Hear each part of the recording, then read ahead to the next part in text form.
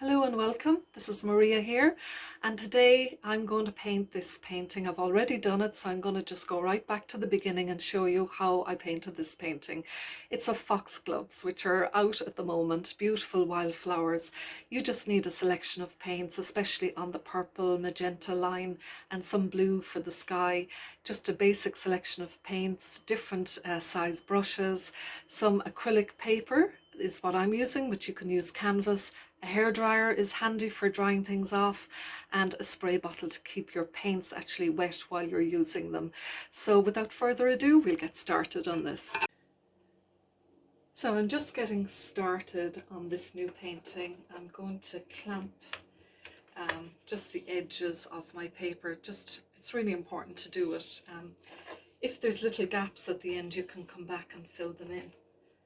Sorry, that's a previous painting I did. It just fell down.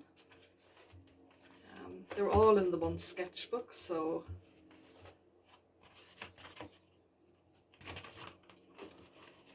I need to just push it behind. And there's my almost ready, just ready now to start. And my idea today, I'm just looking for a good brush. Yeah, I'm going to use this one. So it's kind of generally the shape of the brush, slightly rounded head. And I'm going to work on some foxgloves. And again, I'm kind of warming up again. As I said last week, I did take a few weeks off painting because I started a new job in radio. And so I'm warming up really. These are quick warm up videos. And my theme, of course, is foxgloves today. And when I started painting foxgloves, I found them extremely difficult to paint. But as I got more into them, I think I've painted them so many times now that I've got more of a feel for them. I think I just love them so much that I was trying to paint every detail.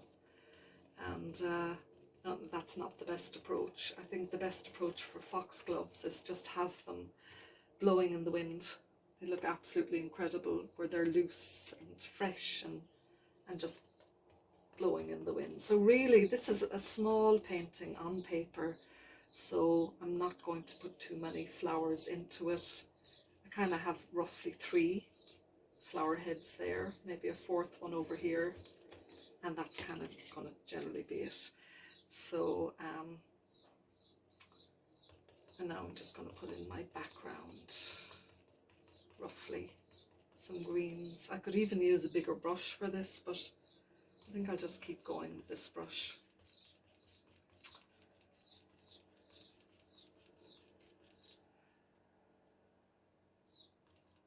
And this is the season for foxgloves. We were away, myself and my husband were away for a few nights there last weekend. So the month is June here in Ireland, and we were in the mountains, and I was just beginning to see the foxgloves coming out. They're just so wonderful. I just love them. I'm going to put like a little bit of blue up here at the top to suggest the sky coming down into the picture. And I'm kind of painting this just at the moment. I'm in the mood for it. It's just beautiful weather, and I'm in the mood for blue skies, because we have a gorgeous blue sky today out there. And it's fabulous just having this gorgeous weather. And yeah, we went walking in the mountains, and I didn't even bring a camera with me. We were locked down for how many months? Oh, since Christmas. So it's Christmas to June, to mid-June. It's just such a long time. And so when I got out into the countryside, we did go and stay in a hotel. All I wanted to do was just not even think about taking photographs or anything like that. I just wanted to get out and be free and walk and just not think about anything. But of course, when I come back, it's here with me in my mind, the whole experience. And I think in the past I used to get very obsessed with taking a lot of photographs, huge amounts of photographs, and they do help, you know, when you're having subject matter to work from.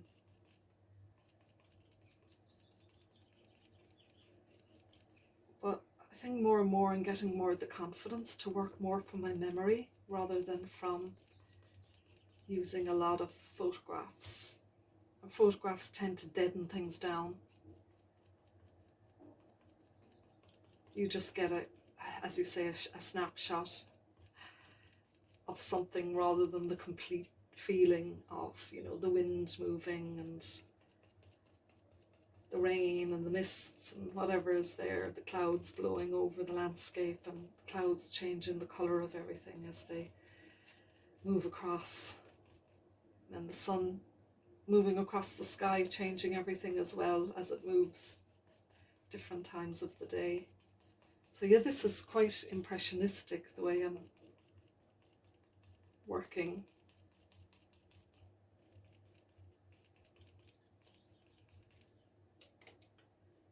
But it's my mood.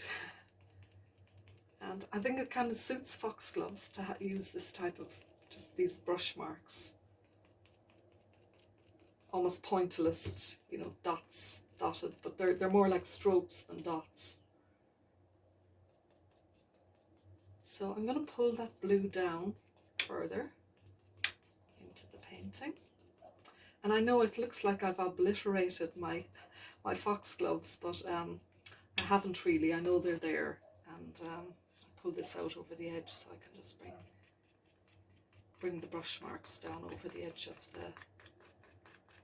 And you know, when you're working on a painting, I know the tendency is just to kind of go very carefully down here and just finish the bottom carefully, but that just does not look then afterwards realistic. So the idea really is to, even if you're going to mess up your easel really badly, just bring things down as if the picture doesn't end at this line at the bottom. It's the same with the sides. Go over the sides with your brush marks, you know. Because in real life there is no rectangle. There is no rectangular page, even though we think so, because we're so used to framing things in photographs. But it just makes a better painting to bring these marks down off the page, you know, right down off the page like that. They're going to look an awful lot better. So I'm bringing in yellow rather than green here, because yellow over blue makes green, and it's just going to give me a bit more vibrancy to bring that yellow in down there.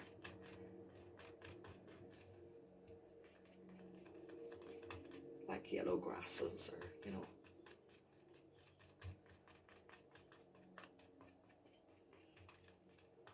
So kind of just got the bottom of the painting the way I wanted, so I'll push it back again to keep it steady.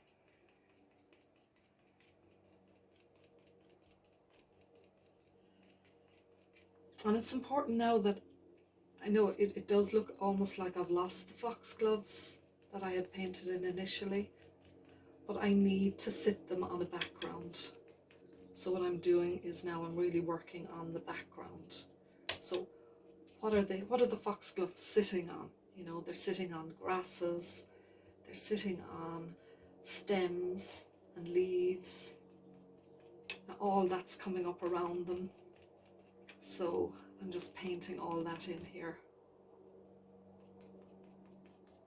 And the other thing is that I think yellow and this purpley pink go fabulously together. They are real contrasting colours.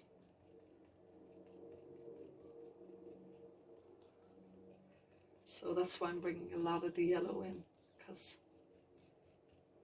I know it's going to contrast beautifully with the pinky purple of the Foxgloves.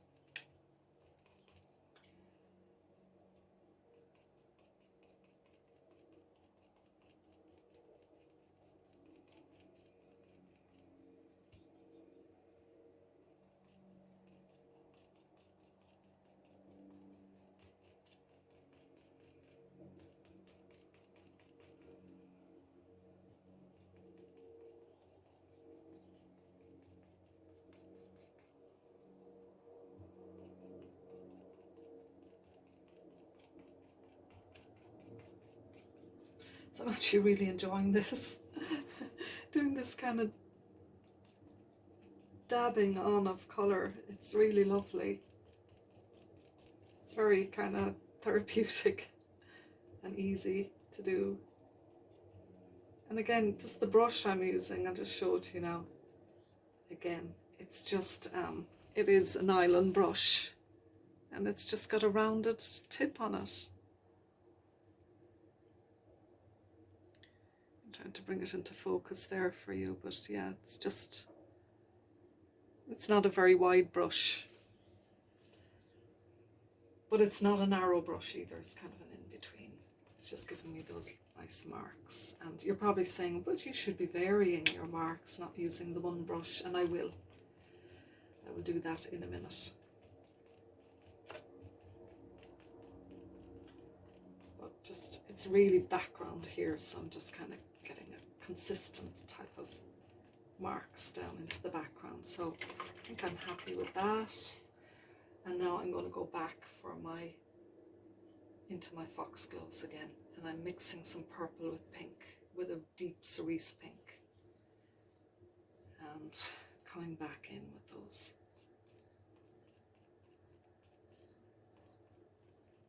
shapes.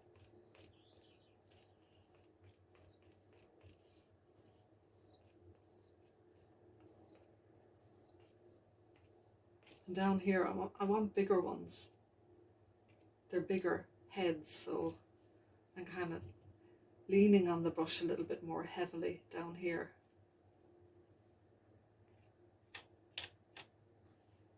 Again, I'll have to pull that bottom of the page out in a second just to bring some of these off the page. But I'm going to do this one first. So smaller ones at the top. And they're like little bulbous, they're bells really, the Foxgloves. They look like, I don't know, fairy hats or something like that. You know, in the old fairy stories, they're like, it could be a little hat for a small little person. Or bells.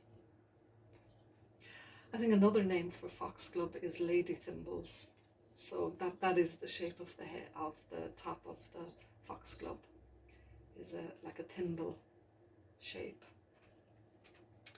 Okay, I feel almost I've got a bit.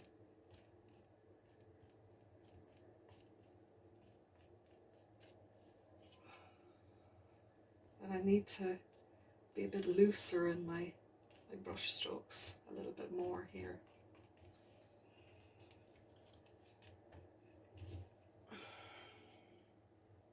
I'm just pulling this out over the edge again. I hope I haven't, yeah, you can still see it.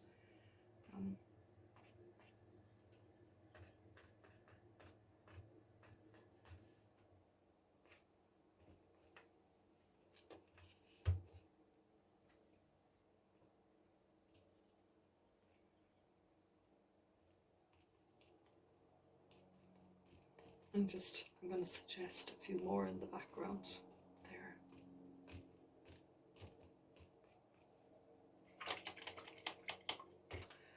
So at this point I'm going to take a very thin brush, if I can find one.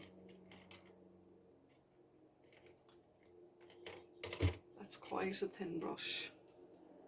And I'm going to put in some dark areas here. So I'm mixing the purple with the very deep blue.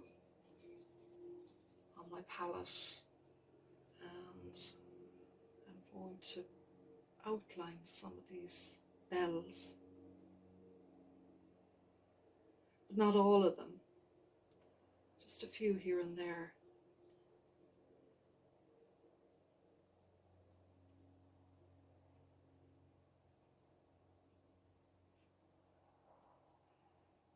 And I want to kind of give the idea that there's a stem going on somewhere in here.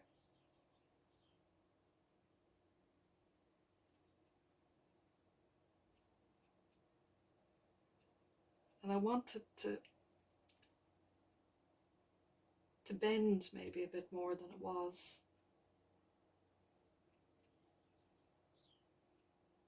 It's quite hard, if you study them, they're quite hard to paint because they're all different. Each foxglove is different, and some of them are very bare down at the bottom. They've long stems with very few flowers at the bottom and more flowers up on top. It's like they flower at different times up and down the stem. So if you make it so even that the flowers are the whole way from the top to the bottom, it's not going to look realistic either. So they've got to look irregular in some way. And I feel this one here is too regular. So I'll have to paint out some of those bells.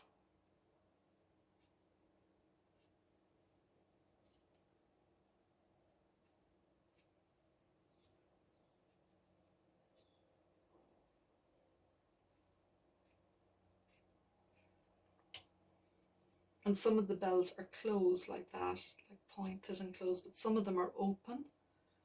So I kind of want to give that impression that they're not, you know. But I don't want to paint in the details either, or I'll be here all day. There's so much in them. And I don't want to have that approach to them either, that I'm painting details. I want them to look more like an impression of them blowing in the wind, because that's what they do beautifully. They just blow in the wind incredibly.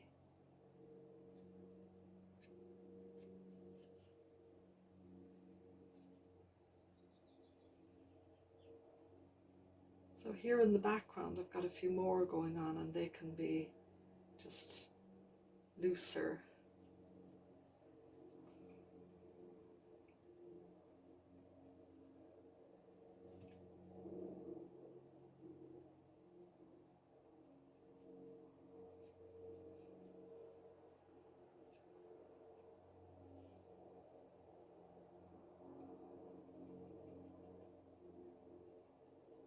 And they have got big leaves, so down at the bottom. So, you know, I could suggest some larger leaves down here. Just something slightly different. Again, I don't want to paint them in detail.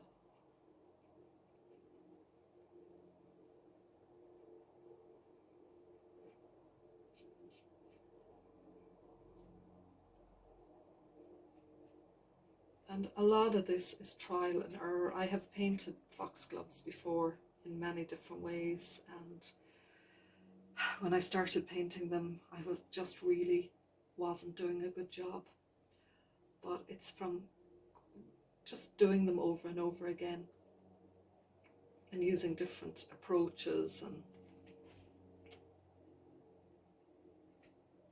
that you begin to kind of get a grasp of what way you want to paint them, what style.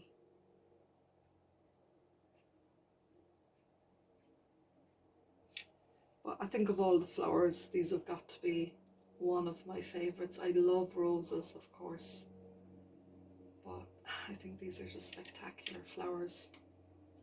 And it's just that they grow in the wild, that's what makes it extraordinary to me. In the most unexpected places you'll find them. So I'm kind of doing these spirally marks down at the bottom. I'm not sure whether I will leave them there.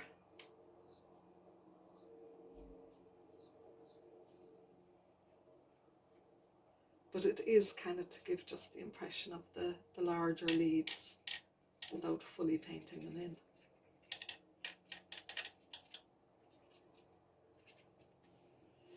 So now I think it's all got quite dull, so I want to bring some light in here. So of course the light is coming down from the sky.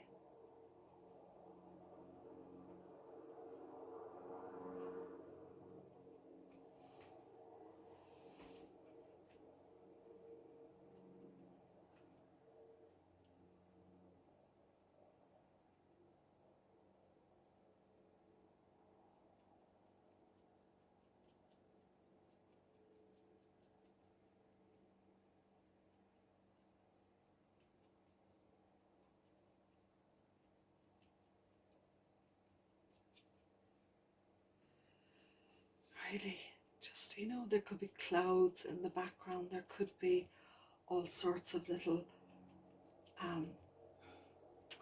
seeds blowing around in the background. So I'm just trying to give this impression again that there's a lot going on up here in the sky and a lot of wind and movement.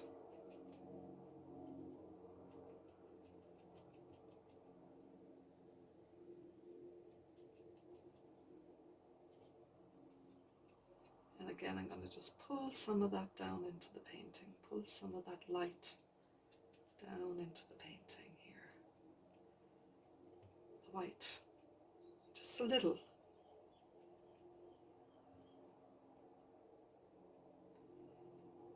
Because, you know, there are reflections of the light, more light on top, but obviously reflections of light as you come down onto the leaves and the flower heads.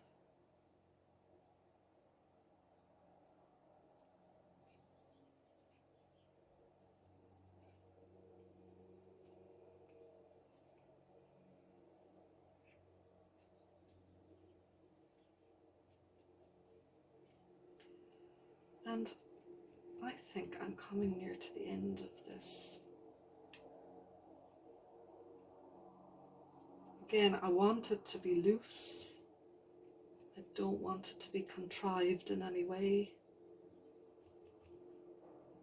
But I still want to give the impression that, that I'm painting foxgloves or some kind of flower like that. I'm just looking at the reflection or the video there and zooming in a little bit so you can see what I'm doing.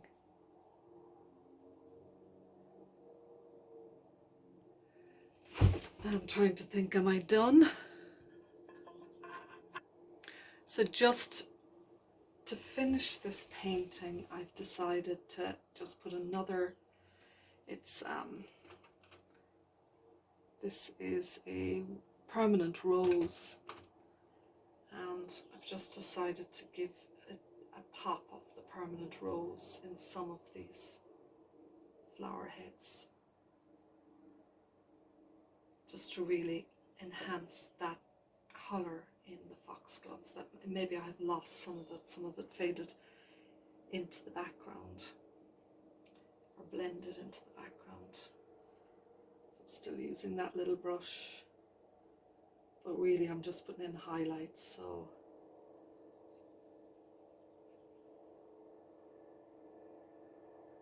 the thin brush is fine. And this is a very small painting, so I tend to use the thinner brushes more when I'm finishing the paintings.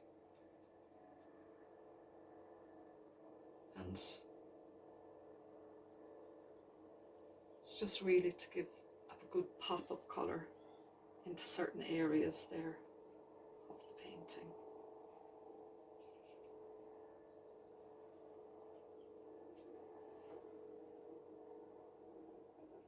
Some of them did go a little bit brown over the yellow, the purple over the yellow kind of turned brown, so I'm just trying to bring back some of that colour again. And you might have to do that in a painting. if your colours get dulled down. It's particularly up here at the top, the colours should be very more, I suppose, translucent.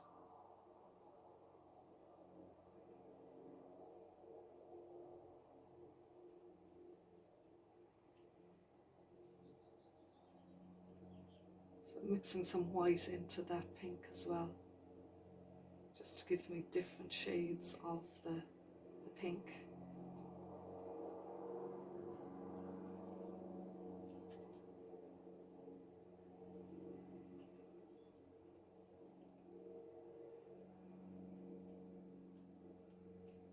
And I think I'm more or less done with that painting. Again, we'll just zoom in a little bit and let you look at the details of it. And that's it. As I always do, I always finish it off and add more details afterwards. But I think it's going to end up pretty much like this. So thank you for joining me today. Don't forget to share and subscribe, and I'll be back next week and I'll talk to you then. God bless and bye-bye.